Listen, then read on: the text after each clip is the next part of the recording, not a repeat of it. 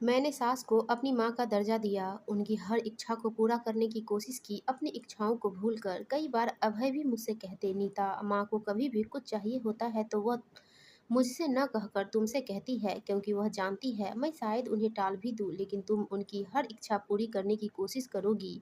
मुझे तुम पर नाज है, लेकिन नीता, अपनी भी इच्छाओं का, अपने भी सपनों का ध्यान रखा करो। सबके सपनों को पूरा करते-करते तुम अपने सपनों को भूल मत जाना। और प्यार से मेरे माथे पर हाथ फेर देते। मैं कुछ कह नहीं पाती, मेरे आँखें भर जाती। जानती थी कि अभय मेरी सबसे ज़्यादा फ़िक्र करते हैं और यही मेरी सबसे बड़ी पूँजी थी। आज जब माँ ने फ़ोन से यह सूचित किया कि पिताजी की जल्द से जल्द ऑपरेशन करवाना होगा, तो मेरे पैरों तले ज़मीन खिसक गई। मैंने जब माँ से ऑपरेशन के खर्चे के बारे में पूछा तो बोली, नीता, ऑपरेशन तो बहुत महँगा है बेटी, लेकिन तेरे पापा की कुछ जमा पूँजी है और कुछ पैसे तुम्हारे चाचा जी से उधार ले लेंगे। इंतज़ाम हो जाएगा बेटा। अमित को भी सूचित कर दिया है, वह भी शाम तक आ जाएगा। तुम चिंता मत करो, बस हो सके तो ऑपरेशन के वक़्त यहाँ रहना। तुम्हारे पापा को अच्छा लगेगा। जब वो अपने दोनों बच्चों को अपनी आँखों के सामने देखेंगे तो उन्हें बहुत सुकून मिलेगा और हिम्मत भी बँधेगी।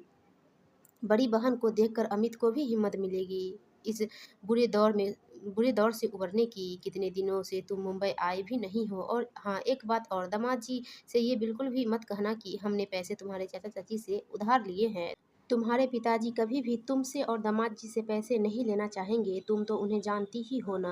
बस बेटी, जल्दी से जल्दी मुंबई आने की कोशिश करना। मैं माँ से कुछ कह नहीं पाई। दुख, चिंता और इस तकलीफ ने मुझे खोखला सा बना दिया था। दिल तो कह रहा था कि तुरंत अभय से कहे कि वह 5 लाख रुपए पापा के अकाउंट में ट्रांसफ़र कर दे, पर जाने क्यों वह रुक गई। वह जानती थी कि अभय के पैसे उसी के पैसे हैं और अभय कभी मना नहीं करेंगे, लेकिन फिर भी कदम क्यों रुक गए। अभय ने यह पैसे फ्लैट बुक करने के लिए जमा किए थे। उनका सपना है कि हमारा अपना घर हो और अपने नन्हे मेहमान का आगमन अपने घर में हो। माँ जी ने सभी को अपने नए घर के बारे में बता रखा है और उस पर से माँ अभय से कुछ भी आर्थिक मदद नहीं लेना चाहती है, लेकिन मैं तो बस अपने पापा की जान बचाना चाहती हूँ। और मैं यह कतई नहीं चाहती कि पापा मेरे होते हुए अपने छोटे भाई से मदद ले। चाची हर बार माँ को कितना कुछ सुनाती है, ऐसे में फिर उनके सामने हाथ फैलाना उचित नहीं है। आखिर बेटी होने के नाते क्या अपने माता-पिता के आत्मसम्मान की रक्षा करना मेरी ज़िम्मेदारी नहीं? एक पत्नी और बहू होने के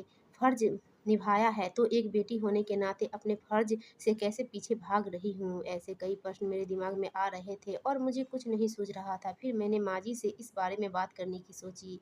आखिर अभय के पैसे पर जितना मेरा हक था, उतना माँ जी का भी था।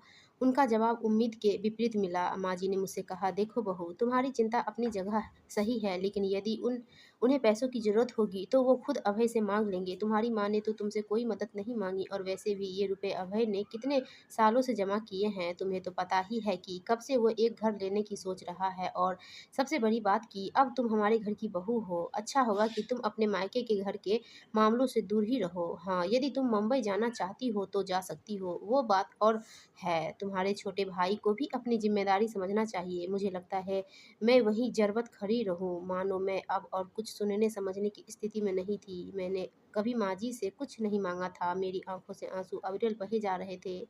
मेरा छोटा भाई अमित इंजीनियरिंग की तैयारी करने पुणे गया था। शुरू से ही वह एक होनहार छात्र था, लेकिन उसे अभी तक सफलता हाथ नहीं लगी थी। मैं माँ जी से क्या कहती?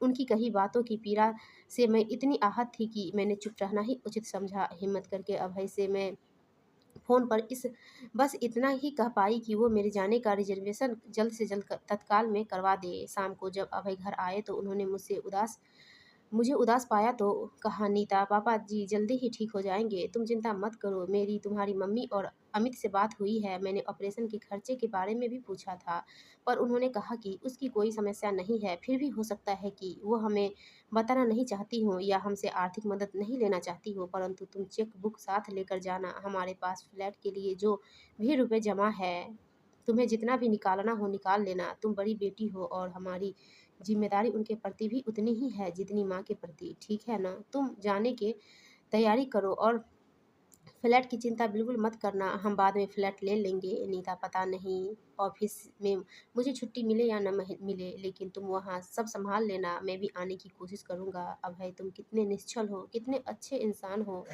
यह कहते हुए मेरा दिल भर आया। तभी माँ जी के कमरे से ज़ोर के चीख सुनाई दी। हम दोनों भागकर उनके कमरे में गए। देखा तो वह नीचे ज़मीन पर सीने के दर्द से छटपटा रही थी। अभय ने तुरंत एम्बुलेंस बुलवाया। माँ जी को हार्ट अटैक आया था, परंतु समय पर इलाज और अच्छे डॉक्टरों की टीम ने उनकी जान बचा ली। उन्होंने सर्वप्रथम मेरे पिताजी के बारे में पूछा। माँ जी, पापा का कल ही ऑपरेशन हुआ है, वो अब बिल्कुल ठीक है। चिंता मत कीजिए, आपको आराम की ज़रूरत है। माँ जी की आंखों से आंसू बहने लगे। उन्होंने मुझे पास बुलाया और मेरा हाथ अपने हाथ में लेकर कहा, मुझे माफ़ कर देना बेटी, मेरी वजह से तू अपने पिताजी के ऑपरेशन में नहीं जा पाई। मैंने तुम्हें तुम्हारे माता पिता की आर्थिक मदद करने से रोका था और वह रुपए तो फिर भी मेरे पीछे ही चले गए।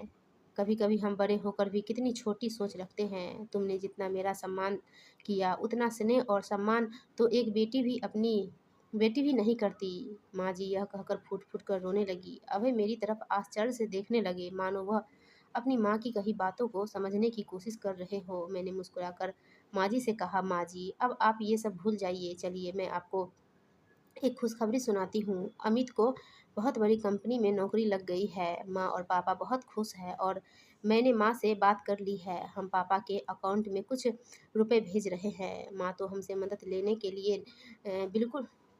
के बिल्कुल खिलाफ थी। बार बार यही कह रही थी कि हम कन्यादान कर चुके हैं, बेटी दामाद से मदद लेना ठीक नहीं लगता। लेकिन जब अभय ने उन्हें कहा, कन्यादान करके आपने ऐसे संस्कारों और गुणों का मेरे घर दान किया है जिससे मेरे घर का वातावरण और मेरा जीवन धन्य हो गया। अब हमें पराया ना समझे। नीता का क्या आप पर और पापा पर कोई हक नहीं? क्या दामाद होने के नाते मेरा कोई दायित्व नहीं? आप लोगों का आशीर्वाद रहा तो मैं पैसे फिर से कमा लूँगा, और उन रुपयों का क्या मोल जो अपनों के काम ना आ सके। माँ जी ने अभय की तरफ देखा और कहा, माँ की गलती को बेटे ने सुधार लिया। एक माँ के लिए इससे बड़ी गर्व की बात और क्या हो सकती है। हम माँ जी को घर ले आए। उनके इलाज में भी काफ़ी पैसे लग गए थे। कुछ रुपए हमने पापा के अकाउंट में भी ट्रांसफ़र कर दिए। माँ को जब चाचा जी से रुपए उधार लेने की ज़रूरत नहीं पड़ी। अमित की सफलता की खुशी ने पापा को ठीक होने में दवाइयों से ज़्यादा मदद की। दामाद के अपनत्व ने उन्हें गौरवान्वित कर दिया।